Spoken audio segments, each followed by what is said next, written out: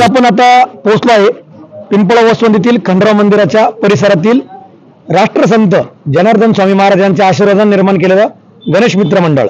मंडळाचे अध्यक्ष पप्पू जाधव, उपाध्यक्ष आपले रामभाऊ आणि ज्यांना काही परिचय देण्याची गरज नाही असं क्रीडा क्षेत्र असेल, कला क्षेत्र असेल, यात आपले सर्वांचे मार्गदर्शक आमचे मोठे बंधू दिनेशजी पवार आणि यांच्या समेत असलेले सर्व पदाधिकारी. आपण आल्यानंतर जे गणेशाचं रूप बघितलं, अतिशय सुंदर शिवावर प्रस्थापित झालेलं गणेशाचं हे रूप आहे. परंतु या गणेश मित्र मंडळानं एक अतिशय सुंदर असा प्रयत्न केला. तो प्रयत्न केला की आजच्या आधुनिकरणाकडे हे जग चाललेलं आहे. मोबाईल आणि मोबाईलच्या विळख्यात सापडलेले आजचे छोटेसे मुलं असतील, तरुण असतील, ज्येष्ठ असतील, त्याचे दुष्परिणाम काय काय होतात याचं प्रात्यक्षिकरण म्हणजे अतिशय सुंदर मेसेज देण्याचा हा प्रयत्न असेल गणेश मित्र मंडळाचा. निश्चितच दिनेशजी पवार हे सिनियर आहे, जगाचा अभ्यास असल्यामुळं त्यांच्या संकल्पनेतून सर्व मित्रमंडळाला त्यांनी विचारात घेतलं. तुम्ही बघू शकता एक छोटा मुलगा आपल्याला मागच्या साईडने दिसतो, तो सेल्फी काढताना, त्याचा अल्पवय आहे. त्यानंतर याच परिसरामध्ये एक गाडी आहे, त्या गाडीमध्ये एक युवक हा गाडीवर बोलत असताना त्याचा झालेला ॲक्सिडेंट, त्यामुळे एक जीव गमावा लागला. त्यानंतर एक छोटीशी महिला आहे, ज्यावेळेस आपण आपली आई, माता, भगिनी लहानपणी भोपाळी किंवा बालगीत म्हणायची, हे गीत बंद होऊन आता सगळं आधुनिकरण झालेले. मोबाईलमध्ये आता लहान मुलांना गाणे दाखवावं लागतात. त्याचप्रमाणे तरुण असतील, हे सातत्याने मोबाईलच्या विळख्यात अटकल्यामुळे अनेक प्रकारचे दुष्परिणाम होत असतील. आज आपण समाजामध्ये अनेक प्रकारचे गुन्हे निर्माण होताना बघताय. तर तोच संदेश देण्याचा या गणेश मित्र मंडळाचा प्रयत्न असेल की आपण मोबाईलकडे न वळता आपल्या ज्या धार्मिक परंपरा आहे या जोपासल्या पाहिजे.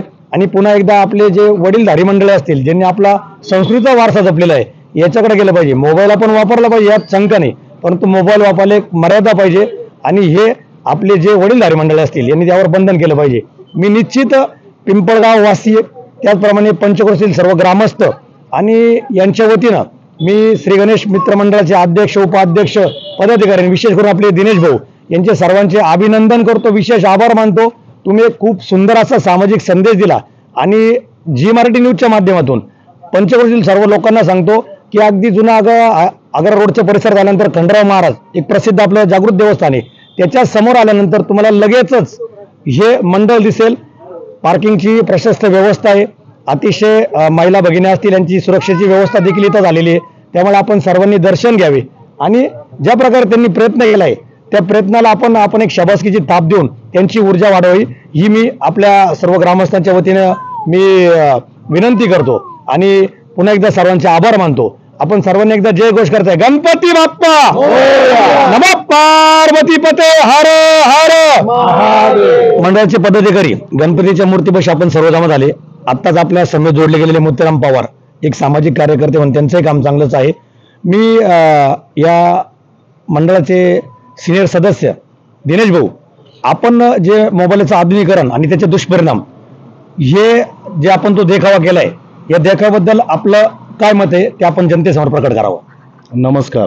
आमच्या मंडळाचं नाव संत जनार्दन स्वामी गणेश मित्र मंडळ.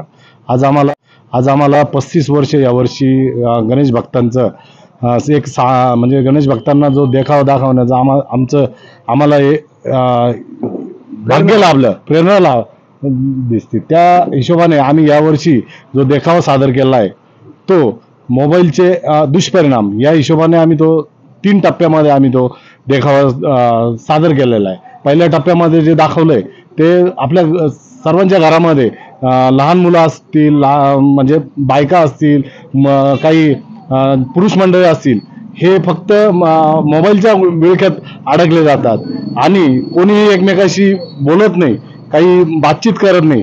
त्यामुळे जो एकमेकाचा जो संवाद आहे तो दुर्लभ झाला आहे. त्याचप्रमाणे दुसऱ्या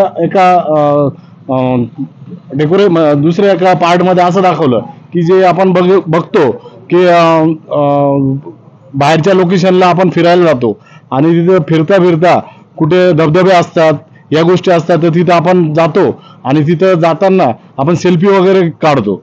मात्र आपण कुठली काळजी न घेता निष्काळजीपणे आपण तिथं काही दुर्घटना घडतात, तर त्या घडू नये असा आम्ही सादर करण्याचा प्रयत्न केला. आणि तिसरा आणि सर्वात महत्त्वाचा पार्ट म्हणजे असा की आज मोबाईलचं इतकं हे वाढलेलं आहे की मोटरसायकलीवर सुद्धा तुम्ही मोबाईल बोलत चालत गाड्या चालवतात. त्या हिशोबाने मोटरसायकलवाले असो किंवा फोर व्हीलर वाले असो ते मोबाईल वापरत असतात आणि त्यावरून जो ऍक्सिडेंट होतो आणि जी जीवितहानी होती ती सुद्धा टाळावी यासाठी एक सामाजिक बांधिलकी या नात्याने मंडळाने या पद्धतीने 3 पार्टमध्ये आम्ही देखावा सादर केलेला आहे.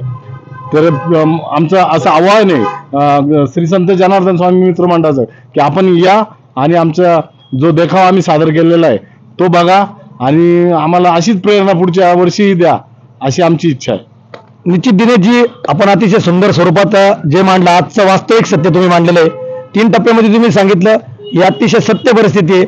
मोबाईलचं आधुनिकरण, जे सेल्फी पॉईंटमध्ये आता काही दुर्घटना झाल्या त्या आपण आपल्या डोळ्याने बघितल्या, त्याचप्रमाणे रोडचे ऍक्सिडेंट हे रोजची ताजी घटना असते आणि घरामध्ये एकमेकाचा संवाद तुटला, मित्रांच्या बैठकीत राहिले नाही, त्यामुळे एक रूढी परंपरा जपल्या जात नाही.